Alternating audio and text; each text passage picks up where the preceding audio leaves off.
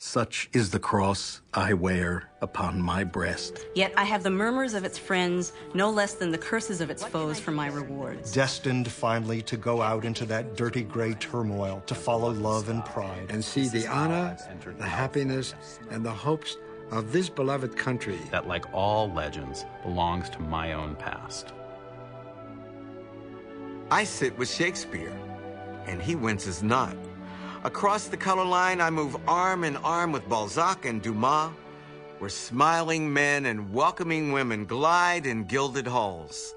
From out the caves of evening that swing between the strong-limbed earth and the tracery of the stars, I summon Aristotle and Aurelius, and what soul I will, and they come, all graciously, with no scorn nor condescension. So wed with truth, I dwell above the veil. W.E.B. Du Bois, The Souls of Black Folk, 1903. This is America sitting for its literary portrait.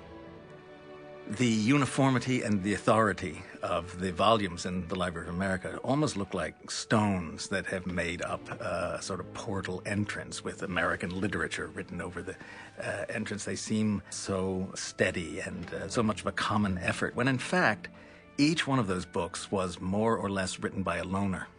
I think American writers are a very determined, narrow-eyed lot, filled with great souls and not many social gifts.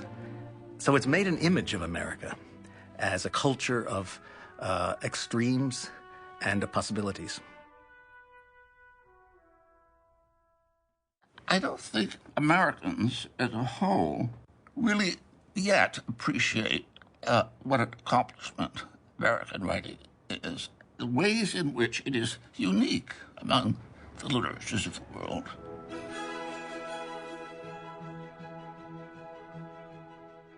One of the functions of the Library of America is to look beyond the tides of taste and to see what the actual nature of American literature has been. In Longfellow's case, he was the most beloved and widely read poet in America. He was a crucial poet, it seemed to me, because he created characters that gave American readers a sense of its own past.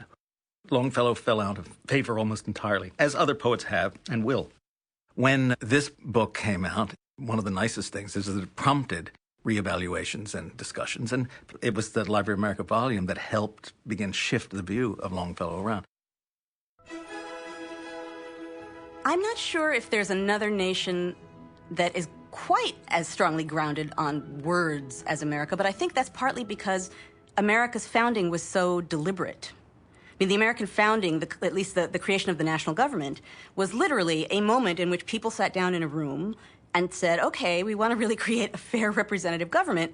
How do we do that? It was so deliberate and so much built on compromise and so different from the way in which most countries are formed. And of course, that process of compromise and debate was all about words, whatever they were saying to each other and then whatever they actually managed to put down on the paper. So I think the founding itself makes Americans feel differently about language and things on paper. One of the most important aspects of the canon as defined by the Library of America is that it embraces the rich variety of the American tradition in all of its dimensions, gay and straight, black and white, male and female, without sacrificing standards, and that's important. Never does the Library of America say, we're including these texts because of diversity, for self-esteem reasons, to be ethnic cheerleaders. We are including them because they are exemplary parts of the great tradition of American literature. My real first book was The Great Gatsby in the 10th grade at Palisades High School. Mr. Drury's Period 5 English class, in fact. It was the moment where the light bulb really went on for me. And at that time, I was also reading a lot about the life of Fitzgerald. And I had an amazing experience in which I saw how an author's life got translated into his art. It was a very exciting moment for me. And by the time I got to the end of that book, So We Beat On Boats Against the Current, Borne Back Ceaselessly into the Past, I was a goner. That was it. And Fitzgerald became my primary passion, and American literature became my general passion up to this day. One of the real hallmarks of the series to me is that it's open-minded about what American literature is. It includes the obvious suspects, clearly, but it also includes a kind of creative, living sense of the country's literature as a sort of living testament to its culture. I think it's easy to look at American writings and look at the founders and their writings on this side and put great literature on this side. And I actually think that's a mistake, because I think all of those things together are the American voice.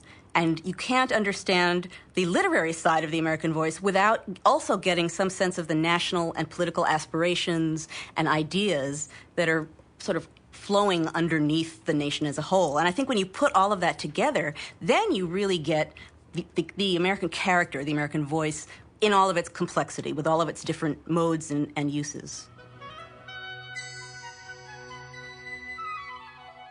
There is nothing more wonderful than actually holding a book in your hand, because it is a really private experience. And I think it is not just visual, it is genuinely tactile.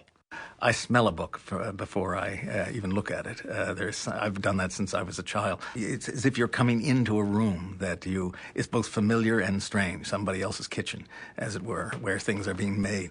The production values of these books, I mean, the quality of the paper, the beauty of the print, layouts of pages, the ribbon. The Library of America has done everything it can to make it as sensual, austerely sensual, as possible. Out of the bosom of the air, out of the cloud folds of her garments shaken, over the woodlands brown and bare, over the harvest fields forsaken, silent and soft and slow descends the snow. Even as our cloudy fancies take suddenly shape. If ever there was a time when all of us, the American people and others, needed to be reminded of what our country was about, how it began, and what it is, and what kind of literary content we have, what kind of poetry we've had written, we would all understand that this is a country worth caring about in an absolute sense, not just for ourselves, but for our children, for our grandchildren, in my case, for great-grandchildren.